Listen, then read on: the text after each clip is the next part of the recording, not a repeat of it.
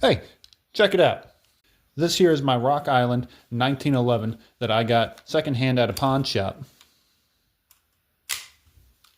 And this is my Dan Wesson 357 Magnum that I also got secondhand.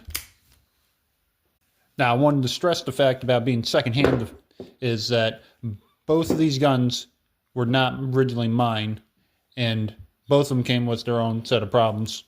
The Dan Wesson here, when I was firing it one day, making sure everything worked and just seeing how well I could shoot with it, the trigger locked in the backwards position, and I had to jam my finger up in there to pull it forward to be able to fire the next round, which would get it to stick again.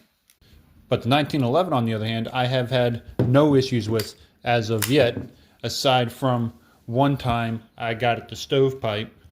Stovepiping being a malfunction where a brass gets ejected and it gets caught in between the slide and the chamber.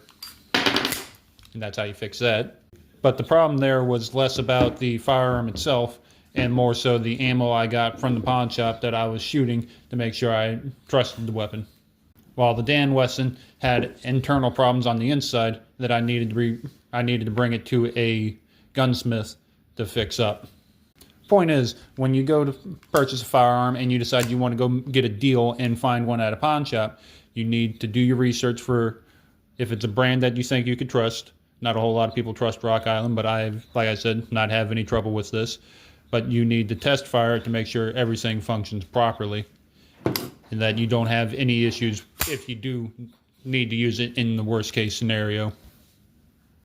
So in the words of Jack Reacher, never trust a firearm with your life that you haven't personally test fired, and y'all stay safe out there.